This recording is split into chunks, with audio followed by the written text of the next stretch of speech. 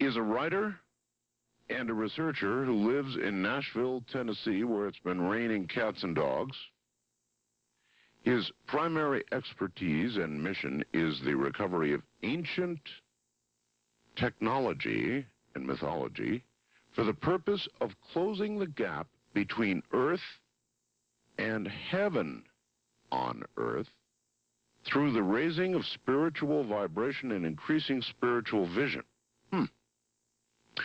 In 1984, while working toward a degree in music business at Belmont College, a life-altering dream awakened his intuitive understanding. One morning, he returned from, in quotes, dreamland with a medical condition, which he cares not to discuss. Seeking to understand this medical impossibility, he switched his field of study to psychology, physics, and the brain-mind connection. He parlayed his intuitive understanding and undergraduate study into a position as special projects researcher at the Subliminal Research Foundation in Albuquerque, New Mexico. They're working with a team of psychiatrists and psychologists. He specialized in the holographic paradigm, investigating the brain, mind, subliminal, or hypercode. This gets very interesting. He holds a trademark for Makeup for the Mind, a pioneering idea for self-image enhancement for women. He designed and produced Bright Images, best-selling 3D subliminal audio tapes. And then, after tiring of fighting to explain how we can positively be affected by message or energies that are not perceived consciously, he sought a new, less New Agey field of study. In 1989, he attended the first International UFO Congress in Tucson, Arizona. At last, he had found a discipline whose validity was beyond question, or so he thought. Convinced the ET factor is real, he has passionately investigated extraterrestrial involvement in human affairs ever since.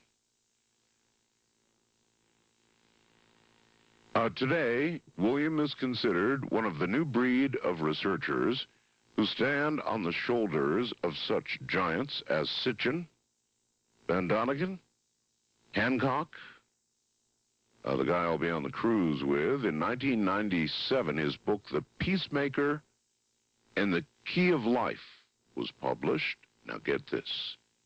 It is the first book to uncover the myths and prophecies of the Peacemaker, the herald of the Christ or Messiah. Wow. William Henry, welcome to the program. Thank you very much, sir. Great to have you. You have gone through a very interesting a sort of shift in your work, and you began in the subliminal messaging area and kind of gave up on that, according to this. Is that correct? Yes, I did. I gave up on it in part simply because the market fell off on the products. People were very into subliminal tapes in the mid-'80s. The brain-mind machines were beginning to come online, and people were starting to look to these sorts of technologies for self-improvement. And then all of a sudden it vanished, and I think it had a lot to do with that Judas Priest case. As you might recall, there were a couple of teenagers that committed suicide after listening to a Judas Priest tape that was... Yep, absolutely. You know what? There's a new headline running today. There is. That does not involve backmasking or subliminal messaging, but rather forward lyrics, just regular lyrics that it is being suggested caused a suicide. Right. And how do you react to that? I mean, both in the Judas Priest case, even in this case, people are now suing, and they're suggesting that lyrics in songs, forward or reverse, are causing people to do things. How do you react to that? Well, you know, the word is the power, and we have to choose our words carefully. We can cut like a knife with our words, or we can create a world of peace and harmony. It's up to us. Well, are you suggesting then that you believe that words do have those kinds of consequences, that people who say words that cause other people to take what might be considered to be irrational actions can be held legally responsible? I have a feeling that there's such a thin line between freedom of expression and mind control. And a lot of these folks do cross that line into mind control, where they are directly manipulating a person's brain, and they're willingly doing this. They know they're doing it. And that needs to be discouraged. Do you believe that subliminal messaging works? I do believe subliminal messages work, yes. There's a multi-billion dollar industry based on it called advertising.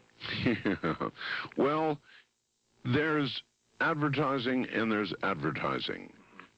There's telling Art Bell straight out on the screen in the middle of a football game, have a beer, have a Coke, whatever it is. And then there's subliminal advertising, which apparently would endeavor to take one frame or one very quick thing that I can't see or can't hear and put it in the middle of the football game, causing me unconsciously, unwittingly, to want the product. Right? Correct.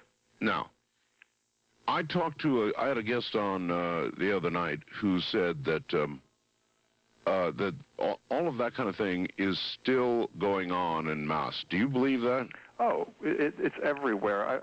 I don't look for it as much as I used to, because, as a matter of fact, it's become so, it's the norm anymore. Everywhere you look, we're just in a sea of energy, of images and energies that are attempting to manipulate us to do one thing or another. Okay, well, if subconscious suggestion really works and we are inundated with it, then how are we to know at any given moment that our thoughts are our own? That's a very good question. I mean, that's part of the reason why I expanded my focus away from the subliminals. The holographic paradigm, which you mentioned there, allows for that. It allows for higher dimensional energies, voices that may be ours, that might be coming from another realm altogether, which can be from an audio source in a room beside us. That these messages can have an effect on us. And, in fact, they do have an effect on us. All right, well, I'm very uncomfortable with that. I don't like that one bit, thinking that my own thoughts are not what they are. Anyway, you left all that because there didn't seem to be anything you could do about it. You believe that somebody is coming, let's see, how can I put this? That there is a presence coming to Earth in the form of, I guess, a human being, though I need to ask about that, who will precede the Messiah or the return of Christ. Is that correct? Yes, sir. Tell me about it. Okay. The Peacemaker is the herald or forerunner of the Christ or Messiah, and in my work what I have done is found this figure appearing in every culture and civilization, from Atlantis to Egypt, among the Mayans, even a couple of times in America. And by being able to isolate the various appearances of this figure, I was then able to go into the various mythological traditions as well as prophetic traditions of these cultures and retrieve the prophecies concerning the return of this figure. There are preachers all around the world on Sundays that talk about the second coming. And there's thousands of books that have been written about this so-called second coming, but this is the only book in existence, to my knowledge, that has ever looked at the prophecies of the absolutely crucial figure in that event, the one who is the ambassador who comes in and introduces the show, so to speak. Is there some biblical support for all of this? Oh, certainly. Elijah in the Old Testament was labeled the Peacemaker, and John the Baptist, according to Jesus, was the reincarnated Elijah. Therefore, John the Baptist was the herald, forerunner, or peacemaker. But I'm talking about biblical support for the suggestion there will be one who comes before the second coming. There is, but it's in code. In the book of Revelation, in chapter 19, it says, "Behold, I saw heaven open, and behold, a white horse. and he that sat upon him was called Faithful and True. In my book, The Peacemaker and the Key of Life, I'm able to document that the white horse is a symbol for a man, the peacemaker. And in numerous of his appearances, he has selected this icon as the symbol that will represent him. How are we to know when this person is on Earth? Well, the Hopi have an intuitive sense that he's on Earth now. They call him Pahana, the true white brother. The Iroquois believe he's on Earth now as well. The signal was the birth of the white buffalo calf several years ago, actually in 1994. That's Further, right. we have Nostradamus, who says that he'll arrive in July of 1999. So in July of... So then, is he here or just on the way? Well, what's the difference? I don't know, a few years. So you're right in the cosmic scheme of things. Right. We're talking about an energetic movement. I didn't mean to be smart with my response there, but we're talking about a global setting. So much of what we get in the so-called talk of a second coming fails to take into account that there's got to be certain conditions that have to be in existence in order for this event to occur. Mm-hmm. One of them, quite synchronistically, was discussed by your guest last night, Greg Braden. Yes. The increase in the Earth's spiritual vibration. I was wondering if your listeners were aware that a prophecy concerning the raising of this spiritual vibration was literally nailed to the cross upon which Jesus was crucified upon. All right, let me just say, I'm not sure Greg Braden was talking about a spiritual vibration. Now, it crosses into the world of spiritual things, but he was talking about the actual vibratory frequency of the Earth itself, if I remember correctly. Which translates into an uplift in the spiritual vibration. All right, hold tight right there. We're already at the bottom of the hour, and it looks like what we're doing this evening will sort of wind from what we did last night. My guest is William Henry from Nashville, Tennessee. I'm Art Bell, and this, of course, is Coast to Coast AM. William Henry. William, one quick question for you, something I've struggled to understand. Michael Drosnin with the Bible Code. I've had other guests that have talked about coding in the Bible. And the one thing that has never quite made sense to me is why those who wrote it, the Word of God, or that God, if you will, if you consider the Bible to be literal, why God would put anything in code, something that had to be deciphered to be understood. Well, my sense is because there's a stepping down process that goes on. Most of these texts are written in a language that I don't necessarily refer to as code, but rather as the language of the birds. And it's called the language of the birds because the Latin ave means bird, and it also means angel. And this is why angels are shown with bird wings and so forth. And this language of the birds that they speak in is meant to speak to hearts all across the world in different fashions and different manners, but always by attempting to deliver a consistent message. So in a sense, it has to be that way so that people will begin to peer into it in order to extract the message that they are wanting to hear, what their hearts are looking to hear at that particular time in history. Okay, so in other words, the idea is that God wanted us to look deeper, wanted us to study beyond the obvious. In all traditions, there's an exoteric tradition which is given to the masses, and an esoteric tradition which is reserved for the initiates. Unfortunately, that esoteric tradition is very often hoarded by what can only be labeled as terrorists seeking to deprive us of the knowledge that God wishes for us to have. The Dead Sea Scrolls are an excellent example of a state of affairs where there is knowledge in there, sacred knowledge that will enable us to take a quantum leap forward into a new golden age of learning. However, that knowledge is being suppressed by certain religious and political authorities. Why? Because, to put it bluntly, what these teachings are teachings designed to transform us into Christ-like beings. And you cannot have a planet full of Christ running around because they're simply unmanageable. In other words, if you have an average Joe person dealing with the teachings that will enable you to, for example, one of the teachings is for instant materialization of wishes. Imagine the kind of world that we would live in if all of us... If you could just wish it to be true and it were so? And it were so. Yet, that is the direction we are heading. I do. I wonder what the world would be like if instead of factories and workers and all the rest of it, we could literally wish things into existence. It would be a civilization based on love, whereas ours is presently based on fear. Although the Hopi are very clear that says that we are moving into a new world in which we will have a civilization based on love, in which we will be able to instantly materialize our wishes. Yes, but how do you know that all people who would acquire these powers would be love-based? In other words... Because you wouldn't be able to exist in this new world if you weren't love-based. If you have fear in your heart, you won't be in that world.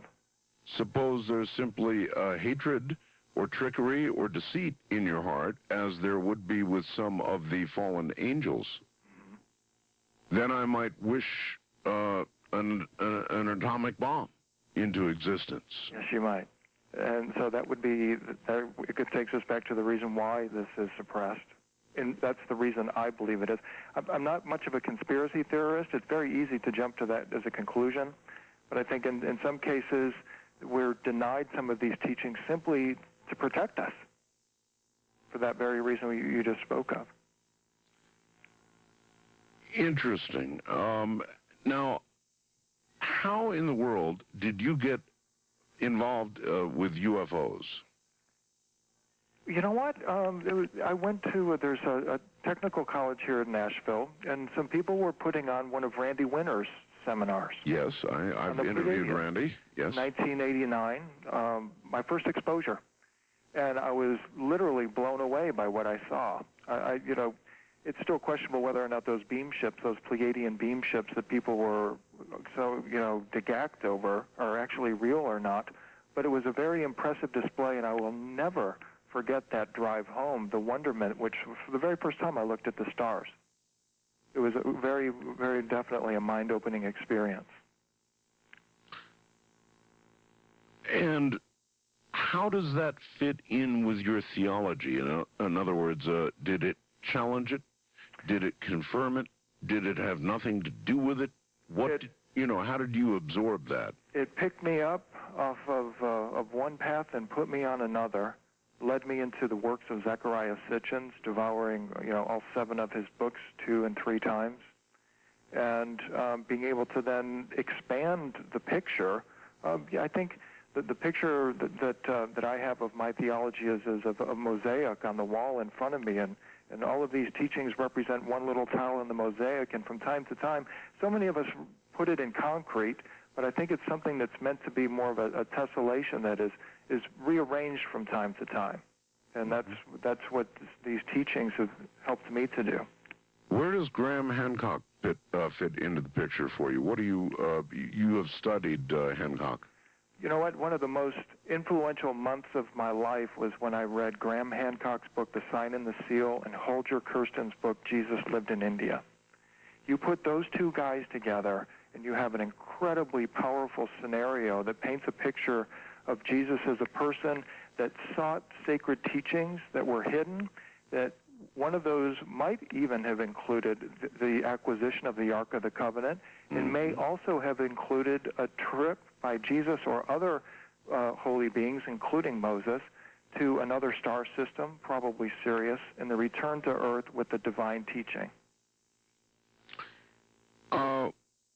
Graham Hancock is rather convinced that lying below the left paw of the Sphinx is a chamber which contains knowledge from a previous civilization. You aware of that? Oh, yes, absolutely. Mm-hmm. I go into detail into it in my book because, according to Nostradamus, one of the missions of the Peacemaker is to actually enter that Hall of Records, yes, reclaim the Ark of the Covenant, bring Moses back to life, and then reintroduce the Christ or Messiah. And it all takes place in that sacred hall.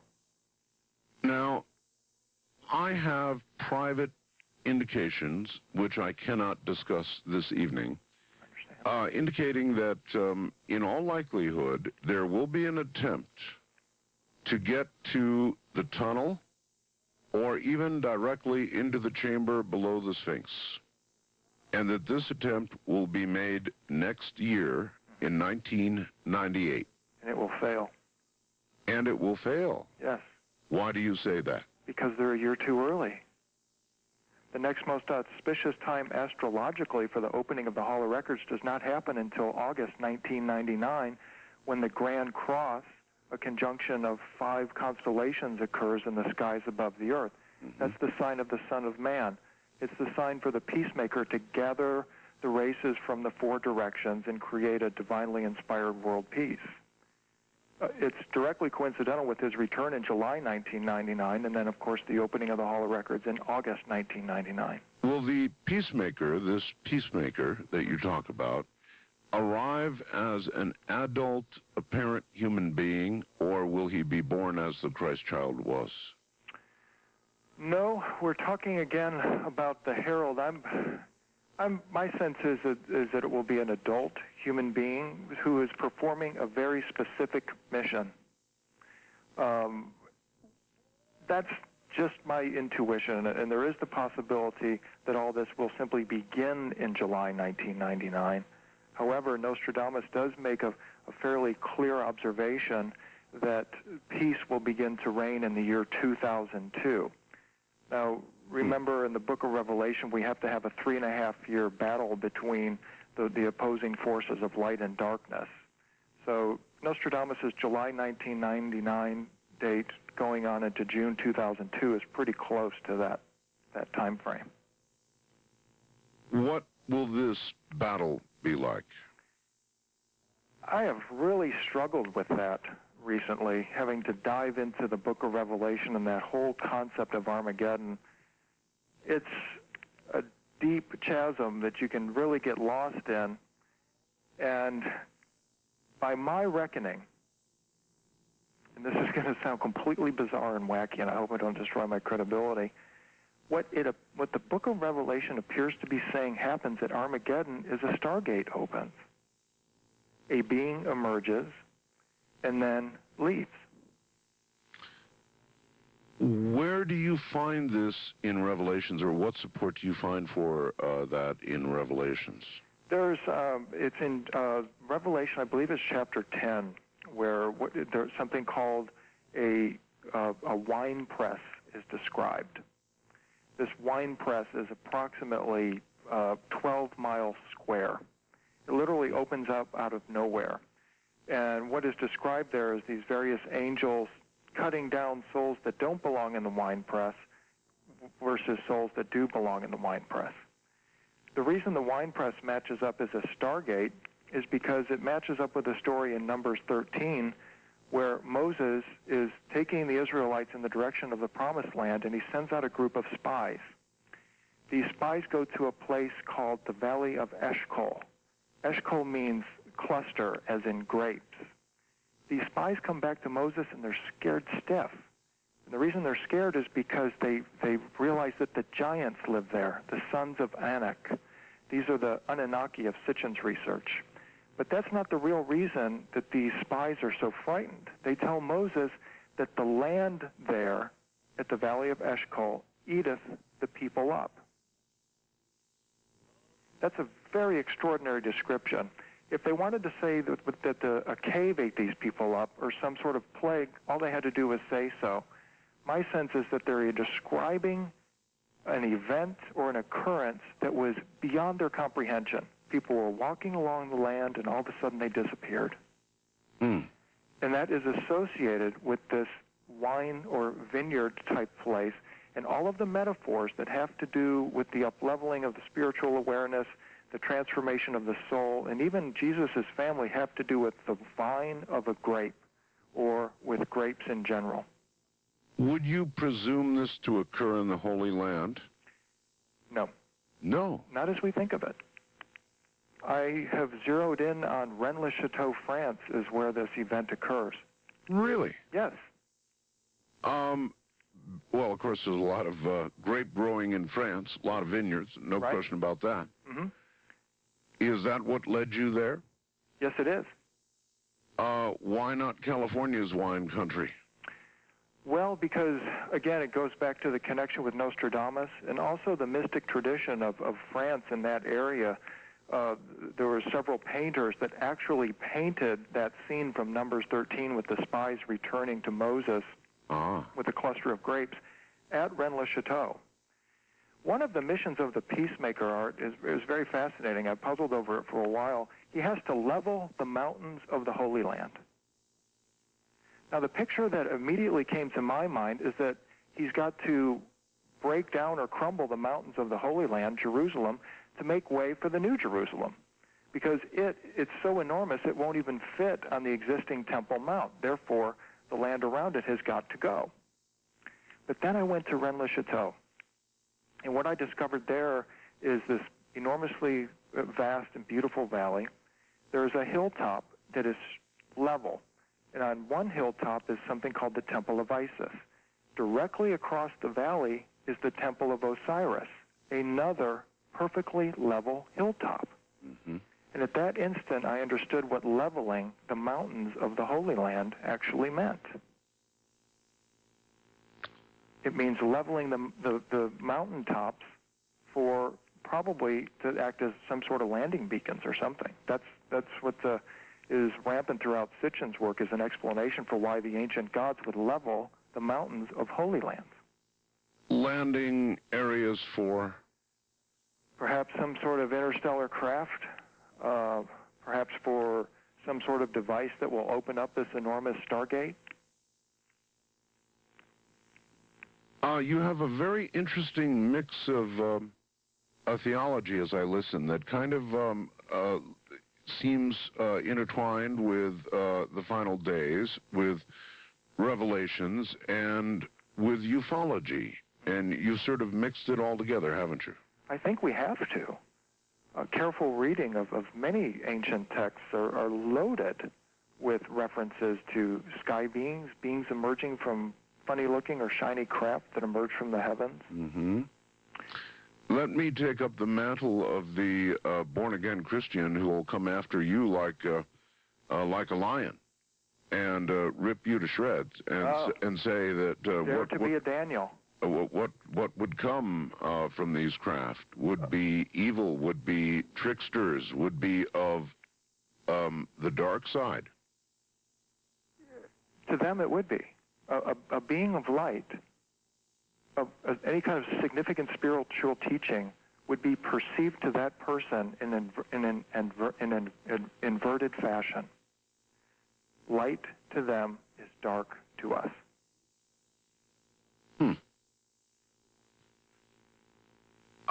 So what case would you make to them? I mean, what would you tell them?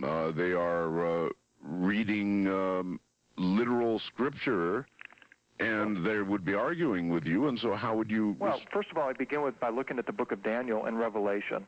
Revelation is a book of 22 chapters divided into 2 sections of 11. So you have an 11. It's almost like that doorway. Daniel is the primer for Revelation, which means you got to go back to understand Daniel, or you're not going to get Revelation at all. Mm-hmm.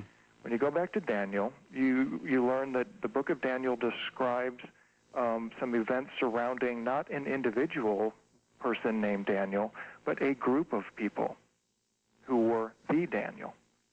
The Daniel were called the children of the goddess Dana, or the children of the goddess An. An and Dana all link up with the original Sumerian stories as a group of extraterrestrials that came to Earth, created an alien-human hybrid race, and settled planet Earth. Therefore, what the book of Daniel is about, and therefore what Revelation is about, is the comings and goings of this particular group of people, the children of the goddess Dana. Why do you find it necessary to explain it in that manner as opposed to the traditional angel theory? Well, because according to the Essenes, the children of the goddess Dana were the fallen angels. They're one and the same. One and the same? Mm-hmm. From God or from an alien race? No, more than likely from an alien race, perhaps under instruction from a higher being. Certainly not God with a capital G as the creator of the universe, but God in terms of a being capable of manipulating the human race. Okay, I'm struggling to understand exactly where you're coming from. Do you believe in the God of the Bible? Do I believe that Yahweh is the creator of the universe? Sure. No. You do not. No, I do not. You believe the universe then was created by others? A far more magnificent being than the jealous and hateful God that is described in the Old Testament and carried through into the New Testament. I mean, the God that's presented in the Old Testament is a totally fallible being. It seems to me that the all-beneficent creator of the universe would be more of a being of perfection and purity.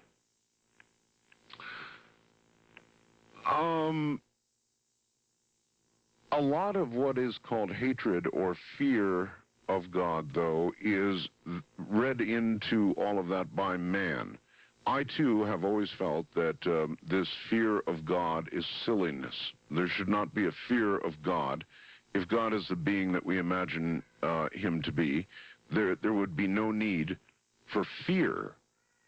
So I agree with that, but I'm not sure that I agree with your leap to believe that it sounds like you've got a disturbed cat in the background. I do. I am so sorry. That is my sister's cat, Opie. He's normally very polite, but tonight he decided he had something to say. Yeah, well, get on the telephone, and maybe your cat's upset with what you're saying.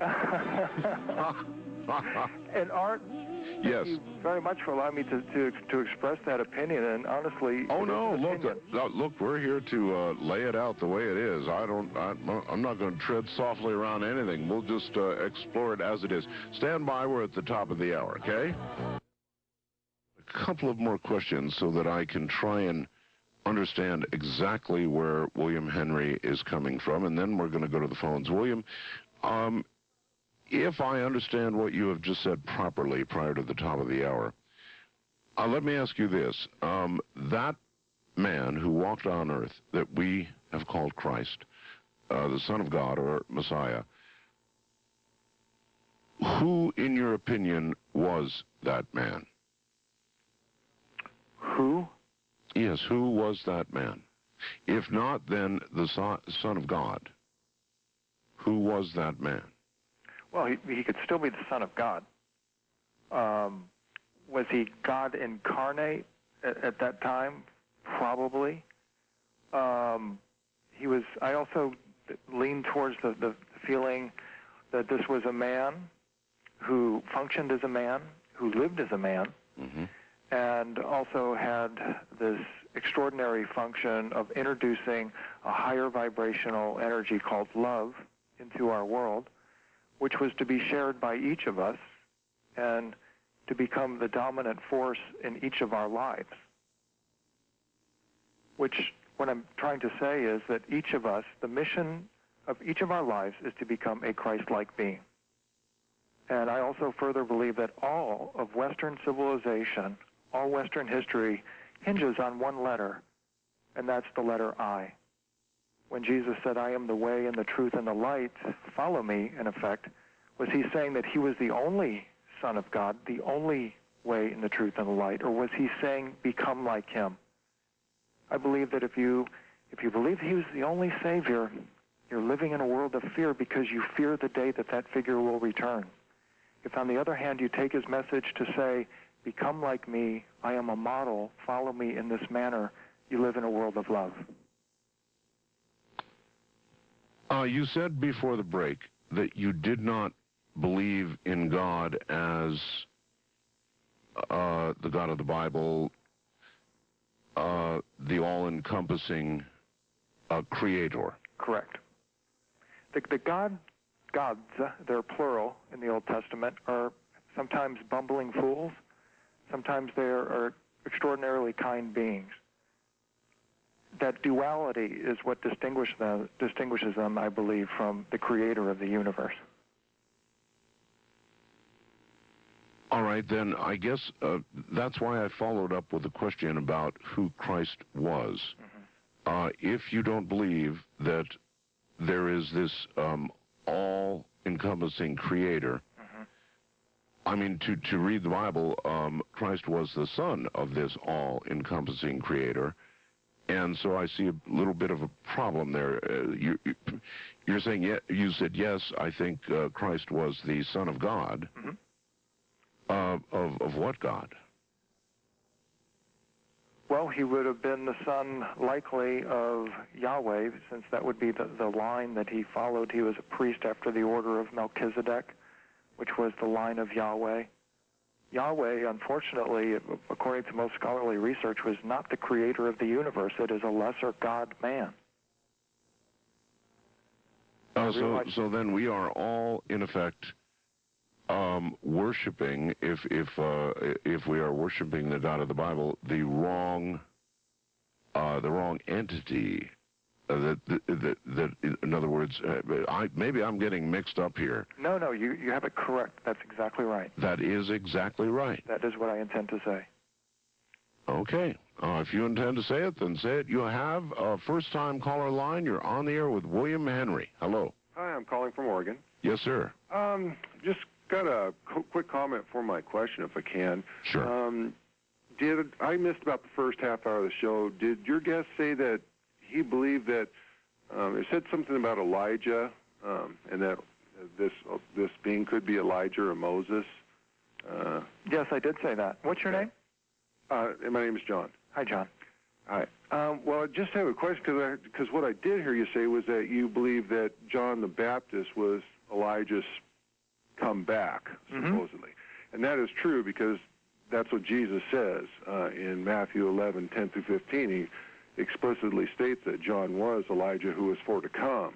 Yes. And that's the Old Testament version. The only other being that he states, that Jesus states anywhere, that comes before his coming, the Peacemaker, is the Antichrist, which is clearly taught in Revelation and Daniel.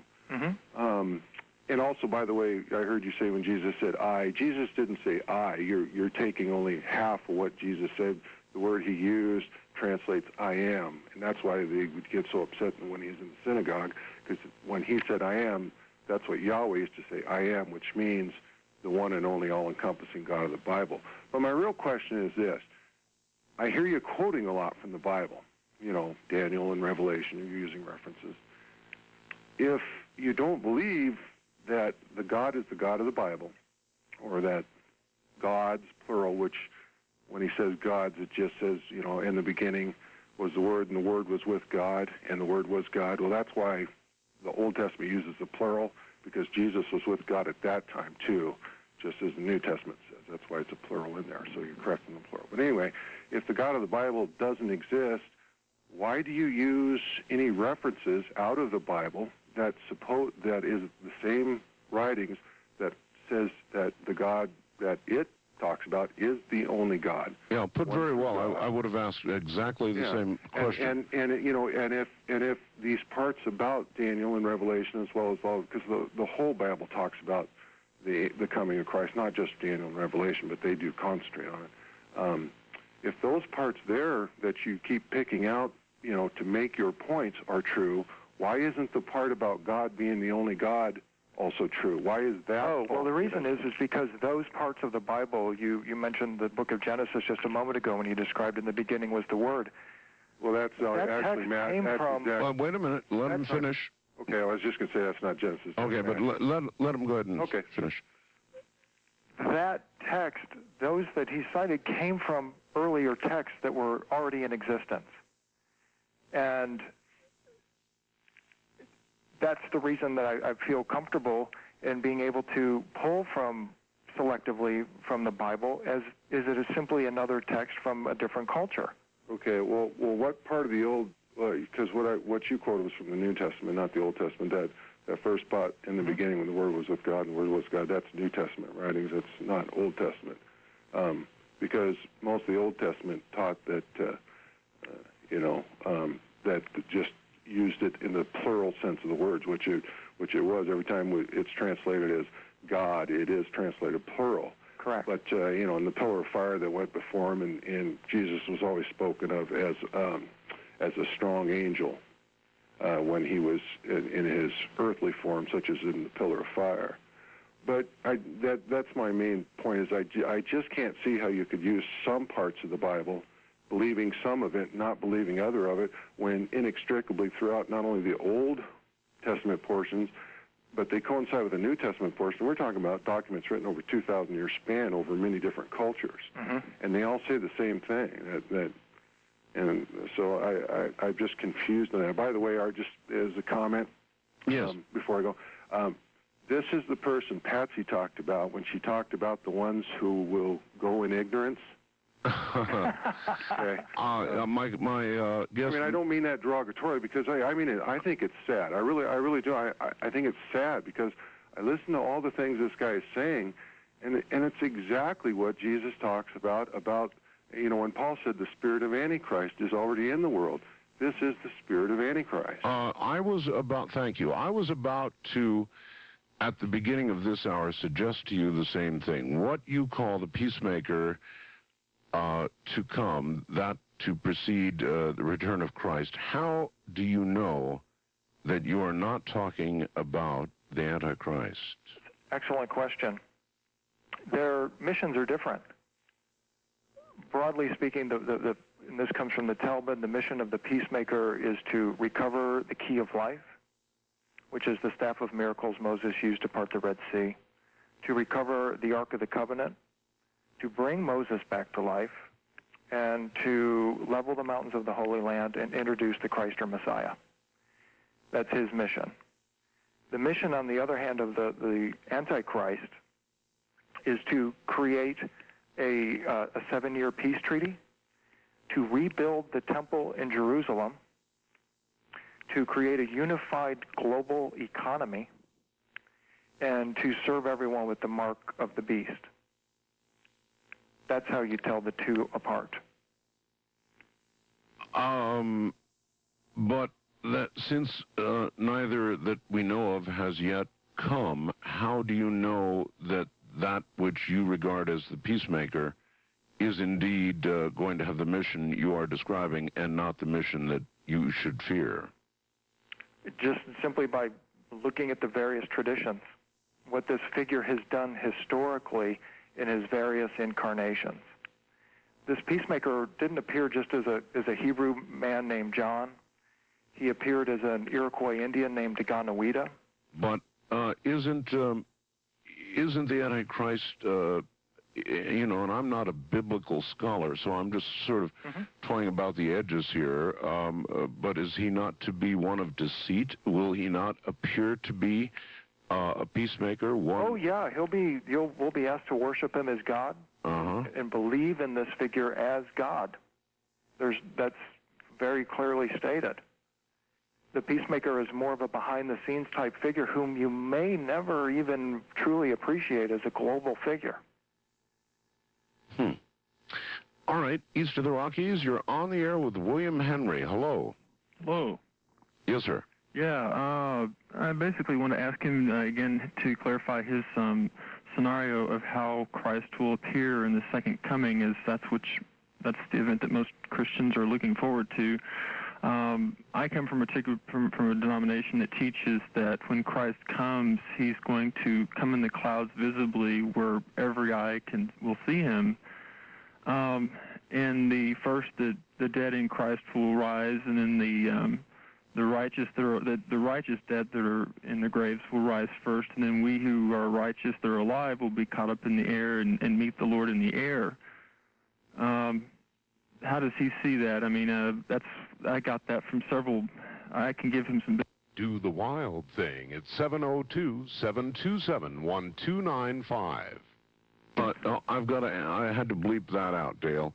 We don't allow last names to be used on the air, so... Oh, I'm sorry. Let's just correct it and say you are Dale. Yes. Okay?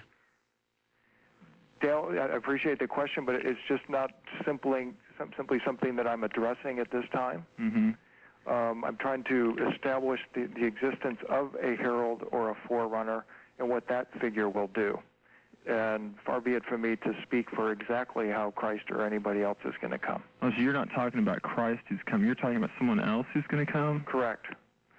And this person's not the Antichrist? Correct. That's what he says. And I've been asking him, how he can be absolutely certain that the one he calls the Peacemaker is not the Antichrist, because the Antichrist is going to be very good, is my understanding, at deception, and will be seen as a peacemaker. Yeah. Can I throw a huge kink in this, Art? At any time you want. Nostradamus called the returning peacemaker the King of Terror, and said he would resurrect a figure called the King of Anglemois.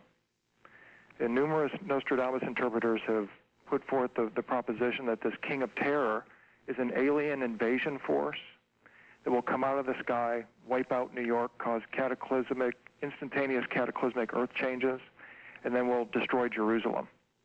The King of Anglemois, they have presented, is the returning king of the Mongols, a returning Genghis Khan who will slaughter millions of people. Hello, Art. Yes. Mm-hmm. I just wanted to bring up a few biblical texts. If people want to look up 2 Corinthians 11:14, it says there that Satan will be transformed into an angel of light.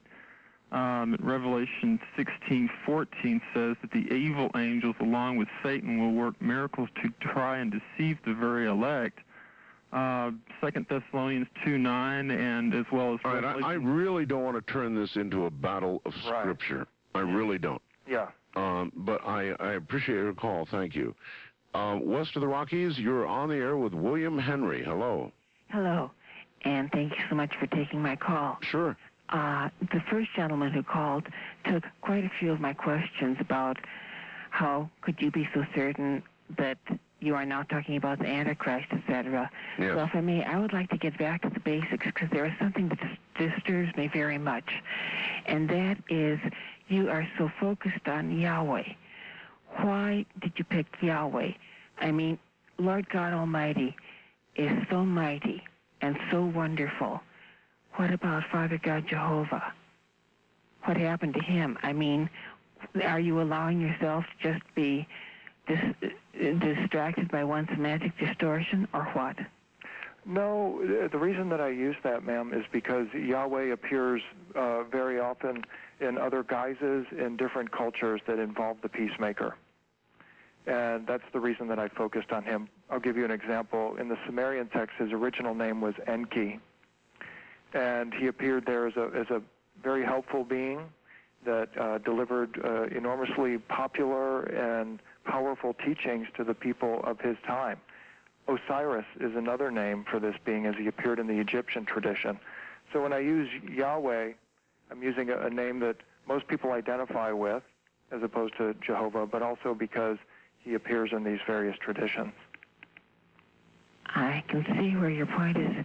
You are very bright, but I believe you have really, in my opinion, allowed yourself to be badly deceived by focusing on that one all-identifiable name. Mm-hmm. Well, I thank you very much for your opinion. I hope you'll read my book, and perhaps then you'll be able to have perhaps a more expanded view of what I'm trying to present here. Okay, thank you very much. William, I guess I would have to read your book, too, because I really kind of have the same take. I'm not an overly religious person by any means, but it seems to me that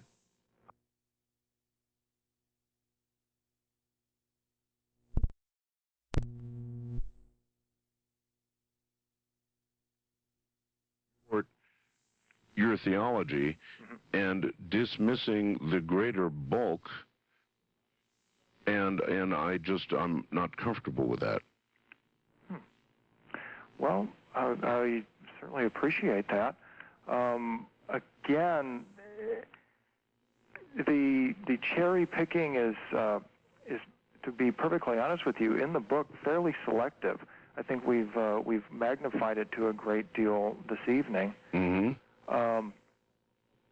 Because I focus on the Mayan tradition, the Egyptian tradition, the tradition of the South Americans, of the American Indian tradition. And each of these cultures and civilizations have something to say on this matter. Did you hear Patsy, harlot?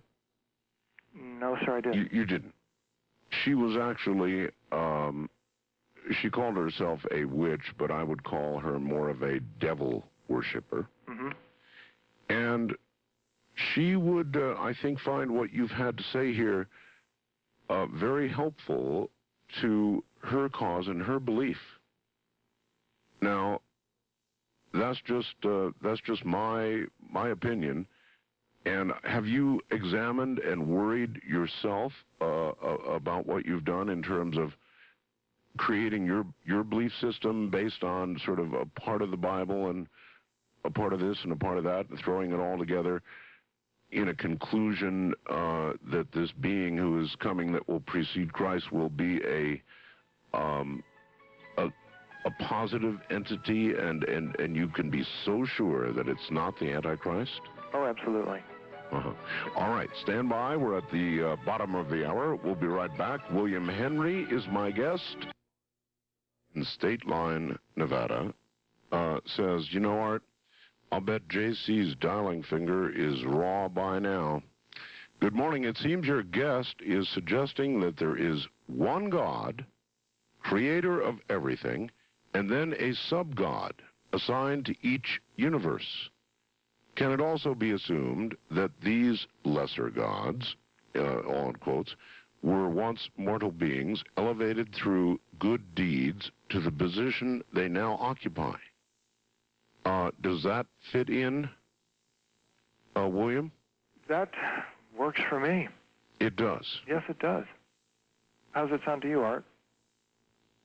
How does it sound to me? It sounds as though anything could be possible. And you know what? I have absolutely no problem with your having a theology that differs from straight biblical text. I was thinking about that during the break, too. It's nice that we can disagree, yet we can still continue to have a conversation. Well, that's what it's all about. I think that what bothers me about our conversation this morning is that you're mixing the two. Playing a little too fast and loose with the facts. Possibly. Yeah. First-time caller line, you're on the air with William Henry. Hello. Oh, thank you, Art. You startled me when you called me a minute ago because I was not expecting to be called. I'm a long-time listener and a first-time caller, and I'm enjoying Mr. Henry quite a lot tonight. I'm enjoying him for a very special reason. First of all, if there's anything we should have learned as people in the last few years, is that the Hubble telescope has shown us that any idea that we may have about the creator of the universe is wrong. Purely and simply has to be wrong. What is it the Hubble has shown us that Oh my God, it's shown us solar systems and galaxies and stars bubbling out of etheric space. Oh, yes, it has absolutely has shown us the process of ongoing creation. That's what you mean to say, right? Oh, absolutely. You said yes, much but better the Hubble than telescope. Yeah, but the Hubble telescope has not shown us a hand involved in this creation. Well, I don't think that it really has to, because here's the reason it doesn't. Because a hand is probably not involved in it. One of the points that I wanted to make, and I want to make this point if I make nothing else, we are still very elemental beings. We're three-dimensional beings. Now, your friend Danny and Brinkley, whom I admire, here's a man who has moved away from three-dimensional. So you can talk to Danny about something about a God that you couldn't talk to the average person on the street. Now, my next point is that you can't take the Bible and say this is a fact. If you read just the first part of the first book of Genesis, you find 3 days and 3 nights before there was a star in the sky. Mm-hmm. And when I went to school, they said, by George, the reason we have morning and nights is because the Earth is rotating around on its axis and the sun, quote unquote, the sun comes up. Yes. So you have to dismiss the Bible as being a literal book. It simply isn't.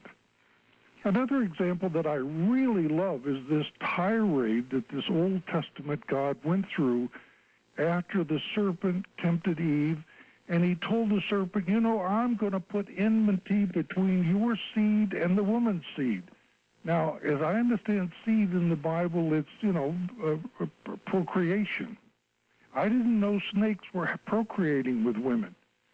So there's obviously another message throughout the entire Bible, and this young man has as much a right as anybody absolutely. to interpret it. Absolutely. I agree with you, and thank you very much for the call. Of course, everybody is entitled to put together their own belief system, and yours, William, is a particularly interesting one. May I make a comment about the Hubble Space Telescope? Yeah, you may, because it's in here. I was just about to ask about that. Sure. I like to look at it in light of the Tower of Babel episode. The Tower of Babel was the tower that reached into heavens, which was built in Babylon, which means gate. And in the biblical story, that we get this illustration of Babylon as being a place of lust and prostitution and all things carnal. Mm-hmm. Well, in the language of the birds, this code language we spoke of earlier, it's interesting to take a look at the word Hubble. When you break the word Hubble down, the first 2 letters are HU, which in numerous traditions means shining or effervescent one or even God. Yes. And the BBLE could certainly refer to Babel or gate. Could the Hubble Space Telescope be our gate to God, that for whatever reason God has enabled us to peer into the garden? One of the humorous things that I notice is that as these ancient archetypes are reenacted, and I believe they're being reenacted in our modern culture, there's so much humor in it, because Edwin Hubble, when he looked through his telescope, he was looking through the 100-inch Hooker Space Telescope. Wildcard line, you're on the air with William Henry. Hello. Hey, how's it going, Art? Okay. Hey, how's it going, William? Hi. My name is Tony. I'm calling from Las Vegas, KXNT. Right. Tony. Yeah, I wanted to make a comment and get William's take on it. I feel I agree with him on a lot of things, except for maybe the Peacemaker, as he talks about it. But my belief is that God is an extraterrestrial so advanced, but he didn't create the universe, but does and will terraform life, such as our world. However, I believe he has also created the majority of the extraterrestrial life that we know or suspect that is there, a lot of people claim is there, I know is there, and that there are other creatures like him that design, blueprint, copyright their own possibly universes and talk to our God on a virtually contractual basis. But I don't believe in Satan or hell, only self-created ones.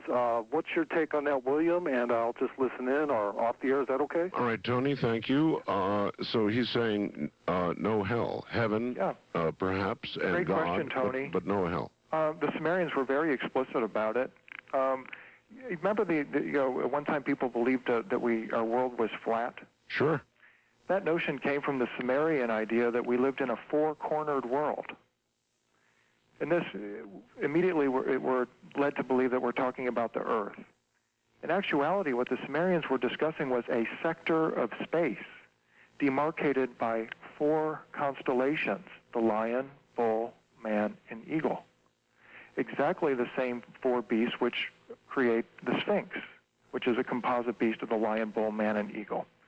The reason there's only 4 books in the New Testament is so that it would line up with this idea here. Matthew, Mark, Luke, and John are also represented by the lion, bull, man, and eagle. And what the Sumerians describe is that our 4-cornered world is sort of an aquarium within the cosmic ocean. This aquarium is designed to keep the harmful spirits of Coranzon, which was the true heavenly name for Satan, from entering this realm. Coranzon and Satan are two completely different beings. These negative entities have no relation whatsoever to this being that is referred to as Satan and who was originally called Samuel and is referred to by other names.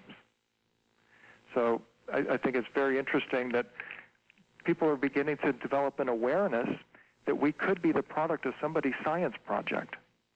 This four-cornered world reappears in the book of Revelation, and it happens that Jesus is the one who commands this science project. So maybe we are the product of some ninth graders' science project on Vega. Quite conceivably. But actually probably not Vega. The ancients were very explicit that these beings came from the central sun, right. Our galactic core, which is called Tula. Picked a place, that's all. East of the Rockies, you're on the air with William Henry. Hello. Yes, hello. Where are you? Nashville, Tennessee, as a matter of fact. All right. Nashville to Nashville. A hometown boy. I'm calling to support him in some way. I don't necessarily believe in in all of this in sort of faith sense, but I do read ancient books, the New Testament, the Old Testament, the Nag Hammadi, the Dead Sea Scrolls. I just want to support him on some of the things he's saying about the text, at least. I'm not sure if any of this is going to unfold. I didn't realize I was stepping into a crucifixion tonight. I think you are. I think there's a lot of people that aren't supporting you. But no, some of the things like he just said about the four beasts and the four writers of the Gospels, and I mean, this is not a secret to people who are involved in this scholarly study of some of these books. These symbols come up again and again and again. A lot of this even Graham Hancock has in his book. The Melchizedek thing that he mentioned earlier, that's real. I mean, that's not out of nowhere. That's in the New Testament. If you believe in that, it's in Hebrews. What I was wondering is how much of this comes from Gnostic scriptures. The reason I ask is because the line of Melchizedek thing that's in the New Testament, the Melchizedek figure is first sort of blown up into this big non-dying being in the Dead Sea Scrolls, and the notion of Yahweh being an evil god. And by the way, he's right. Yahweh was not originally a creator god. He was a weather god. But I heard the idea being batted around that the Old Testament God is an evil god. Well, that's the number one premise of Gnostic scriptures in the Nag Hammadi library and others, the Neoplatonists. And I was wondering how much of this does he think is coming from particularly the Nag Hammadi and the Dead Sea Scrolls? Well, of course, it's all Gnostic. Gnostic is a Greek word that means knowledge, and the Gnostics were typically people that followed the esoteric tradition. They dove beyond the surface of the Sunday school stories that were presented and sought to transform themselves into beings of light. In the Gnostic test, the Pistis Sophia, Jesus tells us, seek ye the mysteries that will enable you to cleanse and purify your soul and transform yourself into a being of light. That apparently is the purpose of our existence on earth, is to come here to learn to heal ourselves, to learn to heal our world, and then to ascend to a higher plane. There isn't a single church, to my knowledge, in America, Christian church, that is teaching these sacred texts, these teachings that will enable you to ascend through your light body. There is an enormous underground movement. Drumvalo Melchizedek offers classes on this. Greg Braden dances around this in his seminars. There are numerous people around the world that are regathering these texts at this moment and disseminating to those who wish to transform themselves in this manner. And you think that's directly linked to the coming of this Peacemaker, or? I believe it is. Now, the guest that we heard in the previous hour would say that we're being deceived, that this is a satanic movement to take power that does not belong to us and to usurp the power of God. Yeah, that's another thing I was calling in about. If anybody reads the text, I think he has a good point for a herald. like I say, I don't necessarily take this on faith or anything, but reading the scripture, reading these ancient texts, there is something. And it's like reading, if you will, a program to a play, where it describes the characters and what they're going to do in the play. And there's no confusion. There is a figure 666 who's going to come and do his thing, and it delineates what he's going to do.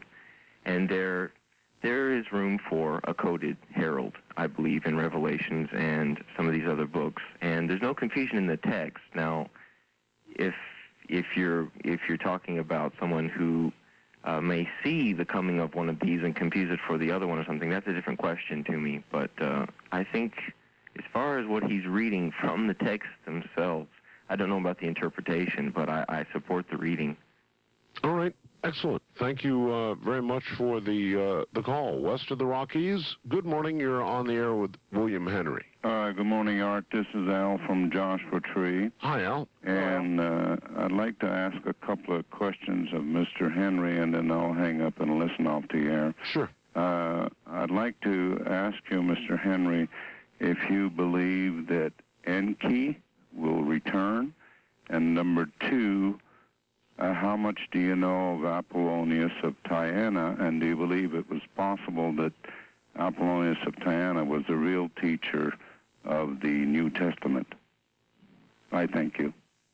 All right. Thank you. All right.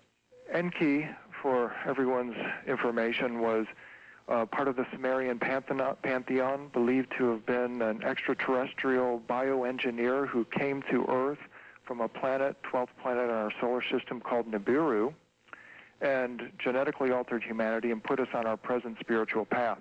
Sitchin's work. Yes, he's the serpent of the Old Testament. He is Satan, for all practical intents and purposes. Okay. Do I believe Enki will be returning? I think Enki is all around us. Enki created or implanted a specific group of souls on Earth, and those souls apparently are still reincarnating on Earth. And we could talk another hour about Enki if you like, because he's an enormously fascinating figure whose relevance is becoming more and more appropriate in these types of conversations, because he apparently was there at the beginning and will be there at the end. And Apollonius. Apollonius, I am deeply sorry to say I'm not familiar with that figure. All right. East of the Rockies, good morning. You're on the air with William Henry. Good morning, Art. This is Megan in Dallas. How you doing? Fine. I was wondering if Mr. Henry had heard anything about the Bible code and what his thoughts were on that. Yeah, you know what? The only experience I had with that, I was out on a blanket with my girlfriend. She was reading it, and it brought tears to her eyes. And she looked me dead in the eye and she says, "We got to stop this." And because it's so horrifying, the picture that is presented there. Again, I went and looked at the book of Revelation in that story of Armageddon. It appears that that event actually was ancient history.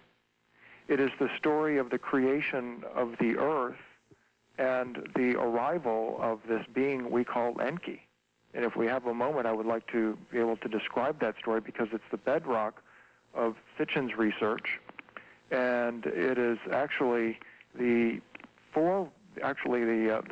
preface to all of the creation myths that appear in many of the sacred texts around the world. All right. Go right ahead. Okay. According to the Sumerian story and Sitchin's reinterpretation of these myths, before our solar system was created, there was a planet called Nibiru, which originated from a constellation called Ophiuchus, which is nearest the galactic core. Nibiru is apparently a marauding planet. It goes around, and at one such time it was suffering from an atmospheric crisis, and it went out in search of materials, Sitchin believes it was gold, to repair the decaying atmosphere of that world. While on one of these gold-seeking missions, it ran into an altercation with another planet in our solar system called Tiamat. Tiamat means mother of all things, the watery dragon of chaos. In the Sumerian stories, they describe the splitting in half of Tiamat because of its interaction with Nibiru. One half of Tiamat became the asteroid belt. The other half of Tiamat became Earth. Earth, according to Sitchin, is Tiamat reincarnated. When you see the dragon referred to in the book of Revelation as in Jesus coming out of the sky and kicking a dragon's ass, you're talking about Tiamat. Therefore, you are also talking about Earth. And what Sitchin says happened is that this figure Enki was called to Earth to mine gold from the waters of Earth to then transport back to Nibiru. In the process of mining this gold, he discovered that his harmonic process for bringing it out of the water was insufficient, and that the way to do it was to mine it out of the ground in Africa. Mm-hmm. Along the way, the astronauts who were assigned to this task mutinied, and this precipitated a court-martial, and it was during this court-martial that Enki proposed the idea of creating a slave race from the Homo erectus creature that he saw running around the African safari. Now, what happens is that Enki discovered that he needed souls to inhabit these bodies, otherwise they were a lifeless heap of chemicals. And numerous authors, including William Bramley and even Sitchin, have looked at this and asked the question, where did Enki get the souls to deposit into these bodies? Indeed. Did he just happen to have a pure soul laying around his lab or what? Bramley proposes that he got them from the same place we would get them today. Which would be? Criminals, deviates, prisoners of war, and other undesirables. Huh, just the way America began. The way America began. However, from reading the stories on Enki, that did not strike me as quite true. All right. We are at another break point, so let's do one more. Now back to William Henry. William Henry is my guest. He has written a book called The Peacemaker and the Key of Life. The Peacemaker is one who will come ahead of the Christ. It's rather interesting theology. The Christ returning, but not necessarily the Christ of the God that we understand to be the all-encompassing creator of all there is. William Henry does not believe in that, but believes perhaps that there are sub-gods. We discussed that a little while ago, and I've got several questions, interesting ones. A lot of people want to talk to you, William, but let me ask several questions first. Art, ask William if he is certain that Peacemaker is a man. Couldn't it be a woman? Oh, beautiful question. Wherever possible, and in numerous instances when I document the past lives or past appearances of the Peacemaker, his wife always accompanies him. Oh. In the Egyptian tradition, it was Thoth. He was credited as the supervisor of the construction of the pyramid in the Hall of Records, and his beloved Seshet was with him at all times. And by conjecture is assumed to return with him. In fact, she is often credited with checking his work. So she's typically the one, and this relationship appeared again in the story of Jesus and Mary Magdalene, where these two had an amazing relationship, to say the least. And it was always the interplay between the two. Now remember, she's the one that anointed Jesus. Yes. Played a very important role, was believed to have been given his most secretive oral teachings concerning his deepest secrets concerning the universe, which she was thought to have taken to Rennes-le-Château, France. So in our present context, I'm anticipating that he and she will be operating together. She'll go on and survive. Excuse me. The men write things down in their history. That's why the women are often omitted. The women seem to have more of an oral tradition, passing it along from mother to daughter to mother to daughter. All right, and this one, Art, what do you and your guest think of the theory that Satan and his angels could come to power under the guise of an alien encounter? This would make it easy for the Antichrist to gain credibility as a peacemaker if he was the only one who the aliens communicated with. We are getting more and more prepared for such an encounter. That's Brett in Albany, Oregon. Typically, the peacemakers are not extraterrestrials. They are men of the earth who are perhaps trained by extraterrestrials. Does that answer the question? It does. And then finally this. Hi, Art. I've been listening to the program.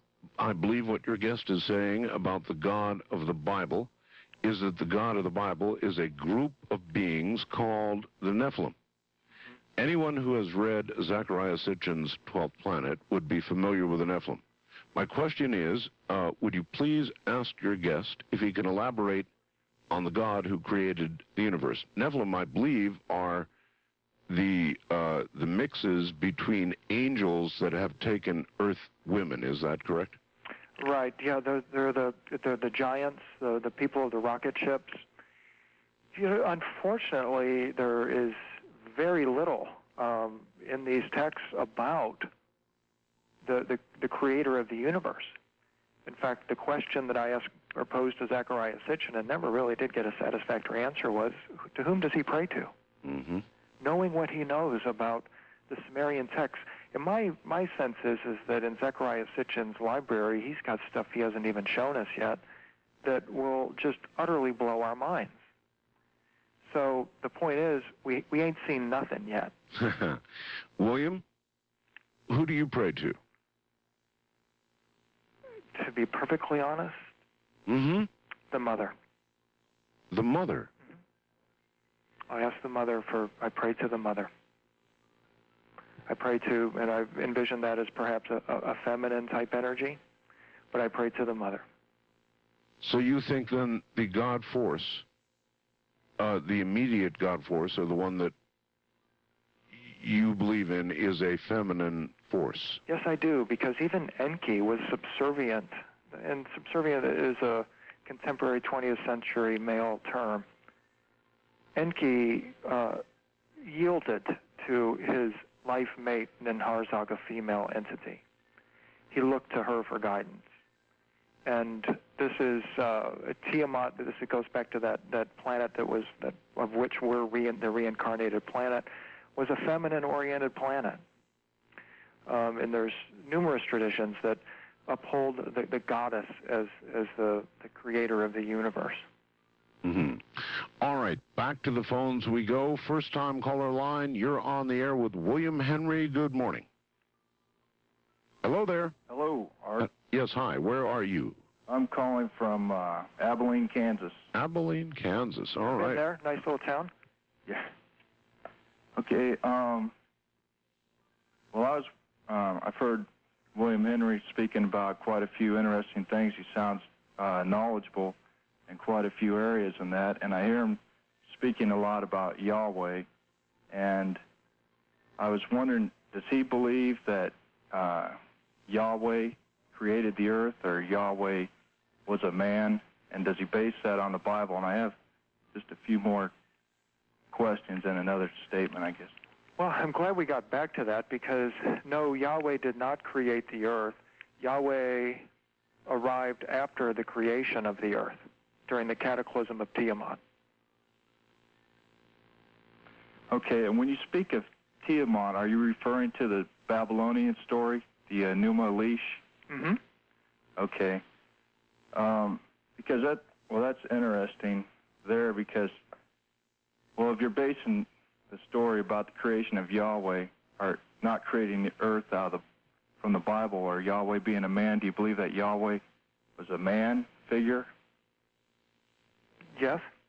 Okay, because, well, I'm not a Bible scholar or anything, but I have studied Bible somewhat and various sources in that, and I know in Genesis there's two accounts of creation, and one mentions Yahweh, and that's Genesis 1, and everything there evolves in a cosmic sense. Right. Where and you have Yahweh the creation spoke of man. the world into existence. He spoke man into existence. And then in Genesis 2 we see God being referred to as Elohim. God spoke man into existence because that's the only way that he could communicate to souls. And all traditions before that the human soul was feminine in nature. Right, but what I'm saying is we see the Bible, when it refers to God in a manly form, refers to him as Elohim. They show him in the ground forming man out of the dust when they speak of Elohim. But whenever they refer to Yahweh, they refer to him in a cosmic sense. And this is, some people believe, a lot of scholars believe this is because there was two sources. Well, there's more than two sources, but in this case, two sources that contributed to the Bible, and one of them was from the northern kingdom and one was from the southern. And these stories about creation come from the same time period that the Enuma Elish was created, and a lot of these weren't written down at the time of creation. They were written down during the Babylonian captivity when the Jews were taken to Babylon. They were surprised to learn that the Sumerians had their prehistory already worked out. And in fact, they were able to fill in the details of the stories that they didn't have, however that set of circumstances arose. So therefore, I don't dismiss the Old Testament stories, but following the lead of Zechariah Sitchin, why work with plagiarized copies when you can deal with the originals?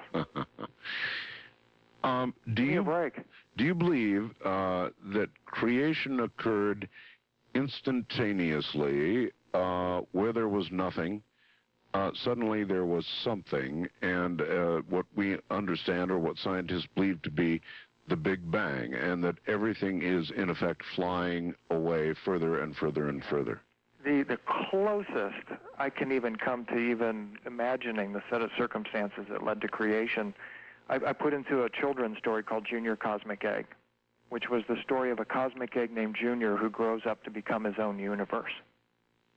And he does so by thinking it into existence. So there was an original thought. An original thought. Whose original thought? I wish I know. But again, you look out through the Hubble Space Telescope at all these billions of galaxies out there. Where did they come from? I don't know, but it's obvious there's somebody out there still thinking. Yeah, and we must be connected with all these other galaxies. All right, Wildcard Line, you're on the air with William Henry. Hello. Hello. Hello there. I'm Cecilia from Vermilion, South Dakota. Well, hi there. I would like to ask him about Rene Chateau. Oh, okay. Did you read about that from the Holy Blood, Holy Grail, or is there other books? Yes, ma'am. I read Holy Blood, Holy Grail. There are other books. One very good book is called The Secrets of Rennes le Chateau. Okay. By Lionel and Patricia Fanthorpe. You can order it from most bookstores. I've been to Rennes le Chateau. It's a magical little village in the mountains of the Pyrenees. Yes. And the legend is that after the crucifixion, Mary Magdalene sailed to France, pregnant with Jesus' children, and raised them there at Rennes le Chateau. Yeah. Do you ever think that maybe it wasn't Jesus' children, it could have been Thomas's? Yeah, or John the Baptist, possibly. I think more Thomas, since Thomas was supposed to have been the twin of Jesus. Mm-hmm. I had another question, but it just left me. It flew away, huh? It flew away. All right. Well, listen, thank you very much for the call. Okay. And you take care. East of the Rockies, you're on the air with William Henry. Hi. Hello? Hello. Hi, I'm calling from Dallas. All right. I have read a new book called The Tomb of God. Mm-hmm. And I really am into this, the story of Mary Magdalene and Joseph of Arimathea. Mm-hmm. And I'd like to know your comments on that. And also, I would like to point out to everybody that the Bible is history, and the word history is a compound word meaning his story. So, we can take and we can learn from that, but at the same time, it's stories. Thank you. The Tomb of God is another book on Rennes le Chateau. It purports to locate the actual tomb of Jesus at Rennes. The idea being that he would have lived out his lifetime after the crucifixion in or near that area, and was up to some pretty sneaky activity there, apparently. And it was a sensational bestseller in England. And we really don't have this type of discussion about Rennes-le-Chateau and the survival of Jesus after the crucifixion in this country as they do in Europe. They're deeply rooted in the Gnostic tradition there, and are actively pursuing many of these secrets right now. And in fact, I have a book coming out probably next year called Blue Apples, which represents a potential solution to the mystery of Rennes-le-Chateau. When the Hall of Records is opened, when this chamber under the Sphinx, that they have definitely confirmed now is there, at least with radar, is open, and the Hall of Records is recovered, what specifically do you expect them to find?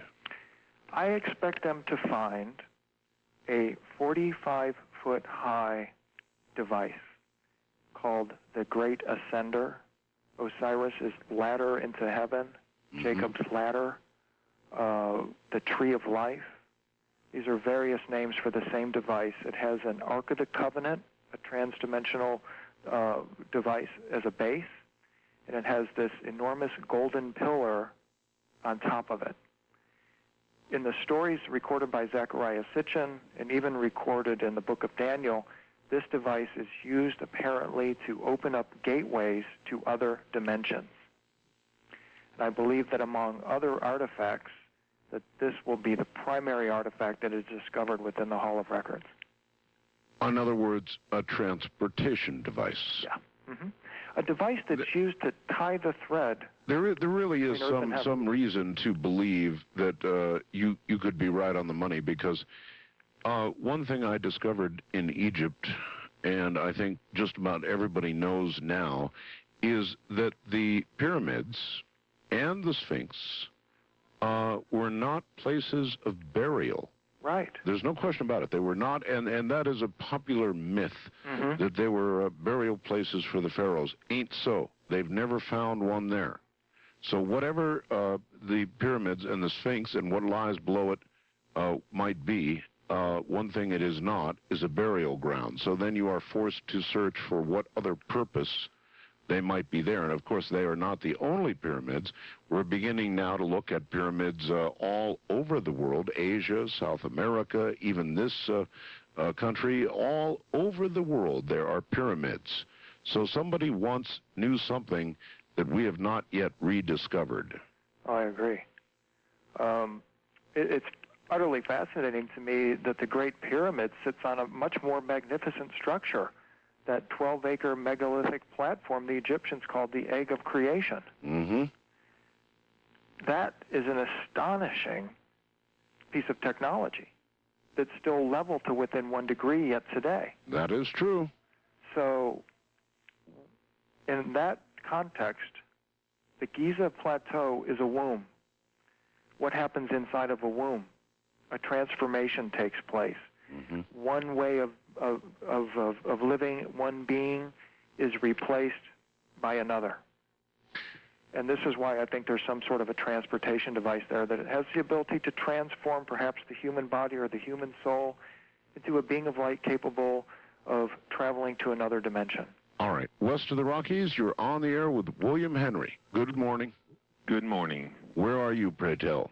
Spokane. Spokane, Washington, KGA. All right. Yes. My name is Judd. Very, very important program tonight, Art and William. I just want to quote a couple of quick verses from the first chapter of Genesis I never hear anybody quote. And the 26th verse, which supports what you're saying, I think somewhat, William, it says, "And God said, let us make man in our image after our likeness." The plural. And then it clarifies it in the 27th when it said, "So God created man in his own image. In the image of God created he him, male and female created he them." Why this is overlooked in theology, I do not understand, but it shows that God was dealing with some kind of a contemporary intelligence. It's not overlooked. I beg to differ. It's something you trip over if you're at all astute. And then you begin to look into it.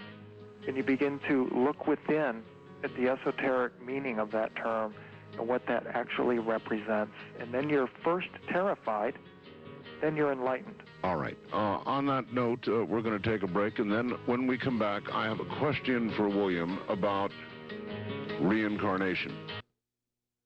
Dear Art, I'm very disturbed that you compared William with Patsy. Well, I didn't, actually. But going on, this is one of the cruelest remarks I've ever heard from you. There are two forces in the universe, the duality, love and fear. Patsy, obviously, was attuned to fear the voice of the devil. Fear's work is to destroy. William's belief may not be anything you understand. That does not mean he is of the devil. I certainly did not mean to suggest that he was. This is Loretta writing. So if that's what you thought, Loretta, then you misinterpreted what I said. What I said was that Patsy would like listening to my guest, William, because she would perceive him as misled, I believe.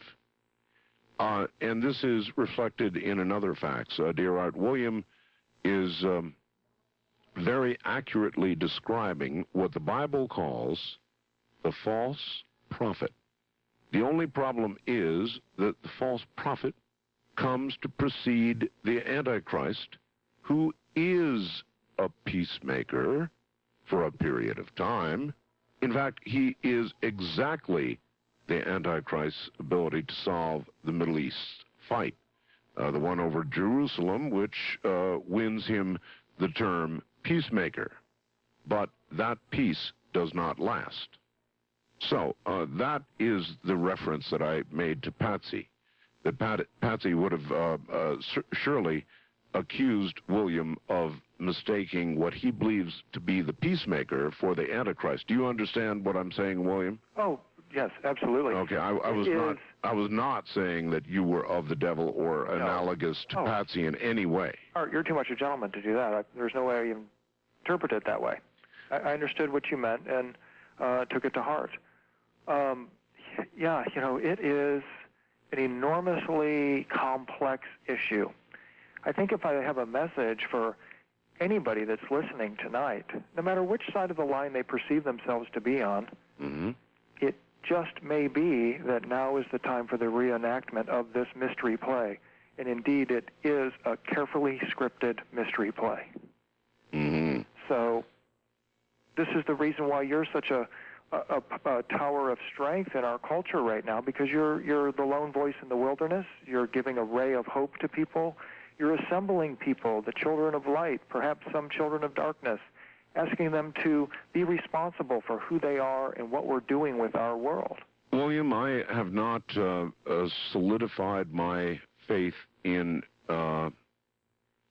anything beyond this life that I can touch and understand and prove. And that's, of course, my problem. But I am open to listening to all and to considering all. Now, here's one more, Art, more ignition material. I love that, quote, Tower of Babel, end quote, routine. Now, what was God afraid of?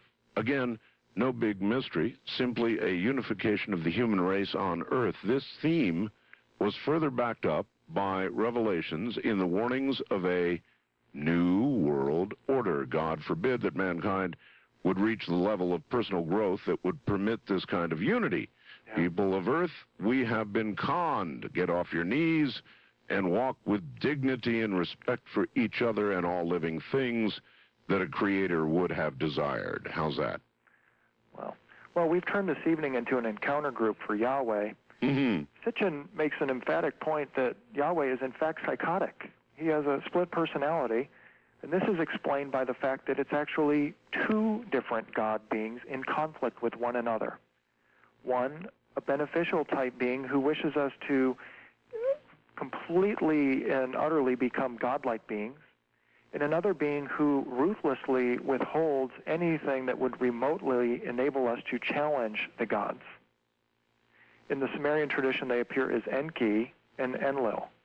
And this is used by many to explain the dichotomy of Yahweh. On the one hand, he treats us like slaves, but on the other hand, he gives us the Ten Commandments, which are supposed to be these lovingly, crafted sort of laws by which we can live on, which are actually plagiarized from the Egyptian Book of the Dead. There's absolutely nothing original about this figure whatsoever. So then your view would be the Ten Commandments were not received and carried down by Moses upon tablets. There's no way that's a Sunday school story. That's a fairy tale. Okay. All right. First-time caller line. You're on the air with William Henry. Hi.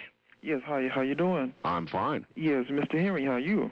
Very good, sir. How are you? Good. I'm doing fine by the grace of God and His will. There's something there's a couple of questions I would like to ask you, but before I do, I would like to really get an understanding of this. What you're saying is that this peacemaker will be present before the return of the Messiah? Mm-hmm. Okay, well, are we living in the last days? Good question. Well, yeah, it's a great question. Yes, okay. We're living in the end of a 26,000-year cosmic cycle. Well, let him answer. So we agree with that, right? Mm-hmm. Okay, so if we're living in the last days, then Messiah is bound to return, right? Mm-hmm. Okay, so where's this peacemaker? Have you been to the movies lately? No. A lot of people like to talk that we're being prepared and peppered by these movies, and the latest Air Force kicks the crap out of the Aliens movie and so forth. Did you notice that there was a movie that came out recently called The Peacemaker? Okay, well... And my point is that if we are being misled, that this is how we are being misled. The Peacemaker is presented in this film as an action hero who tracks down black market nuclear materials. Okay. Whether you perceive him as a Christ or Antichrist, this figure has absolutely nothing to do with the portrayal of that movie, yet you have millions of people on Earth believing that the Peacemaker is this action hero. Okay, well, see, I'm dealing with a math. See, 1 and 1 is 2. Now, what I'm saying is that we're living in last days, and Christ is bound to return. Now, if the Christ is bound to return, then where's the peacemaker? Where's the peacemaker present? And if that one is here, who is he, and where is he at? You understand where I'm coming from? Yeah. Well, that's a question. Who is he, and where is he now? Well, if I've been listening properly, he is either here now or will be here very shortly, or will appear as a completely grown mortal. Yes, and I hope you'll read my book, because a good clue to the answer is found in the book. Okay. Do you have a radio on in the background? Somehow we've lost you. I'm not sure what's going on here. Are you there? I'm here. Oh, okay, you are there. All right, good. Yes. Wildcard line, you're on the air with William Henry. Hello. Yes, Mr. Henry. This is Gloria from Las Vegas. Gloria, I can barely hear you. You're going to have to yell at us. Oh, my goodness. Have you got a poor connection or what? That's better now. Yes, I wanted to talk to you about the ancient doctrine of Amun of Egypt. Mm-hmm. Let me see now. The Egyptians called the all-in-all the Ament. And the Amun is the first witness to come forth from the darkness. It's the first center of consciousness. And this center of consciousness creates ray by vibration. Mm-hmm. And this is how the universe and everything began. This center of consciousness is in every atom and every being. Right. Yeah, I think it's wonderful that we finally wound around back to the beginning of our conversation, which 3 hours ago. Yes. I wanted to state that there's actually a prophecy that was nailed to the cross